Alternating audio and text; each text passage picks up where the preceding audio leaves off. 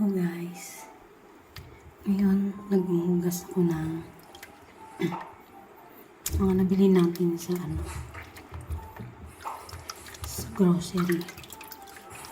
Linis.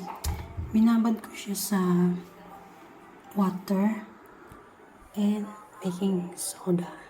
Yan, binabad ko sila sa water with baking soda. Tatanggal tuloy yung sing-sing ko. Yan. Tanggal ang daming dumi. Diba? Yan. Tsaka yung mga ni-spray nila, matatanggal yan. Basta baking soda. Sensya na guys, iba yung boses ko. Nag-concert, charit. Hindi. Basta may, problema sa boses. Tuloy ko na yung pag-scrub ng aking mga gulay at tas. Ganyan na. Ang linis niya. Diba? Tatanggal yung mga pesticide. Ako mapit. Ayan.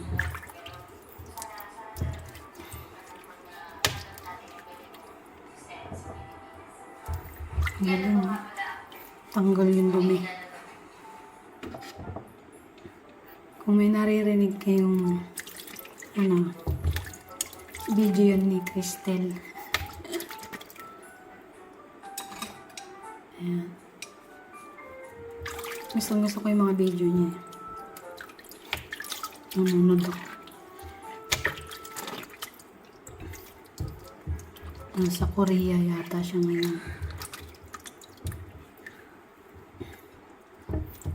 Tweet niya kasi, para siyang Korean. Galing pa niya kumanta. Check nyo guys, Cristel.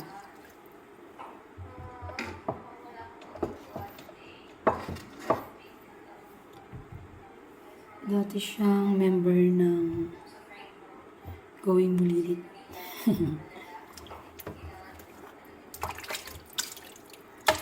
Sa channel to yata yun.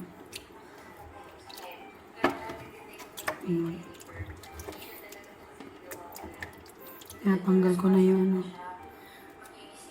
stem ng grapes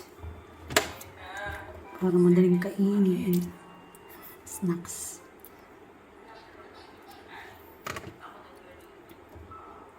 Ang linis na. Tanggal mga dumi. Alikabok. Malikabok. Dito. Dahil nga sa mga sandstorm, ganun. Hindi tulad sa Pinas. Alikabok din sa Pinas. Hindi nga alam. Gaano. Dito kasi halata mo eh. Ang alikabok. Ayan. Tsaka madaling masira ang mga dito. Prutas, gulay. Dahil nga sa sobrang init. Yun. Sensya na kayo sa boses ko. Kumanta kasi ako. Daring. Hindi. May pinagdaanan lang. Pero okay na. Yan talaga ang buhay. Sometimes, masaya. Ngayon, dumating naman tayo sa lungkot. Pero lilipas din yun. Di ba guys?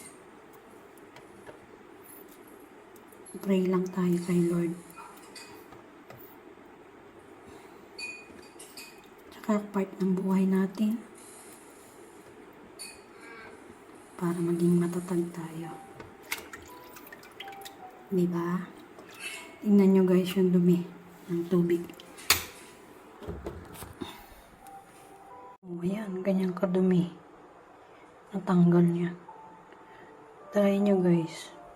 Lagyan nyo ng baking soda yung tubig. Kanawin nyo tapos doon nyo ibabad yung mga fruits, veggies, ganun. Ayan guys, nahugasan ko na. Papatuyin na lang natin.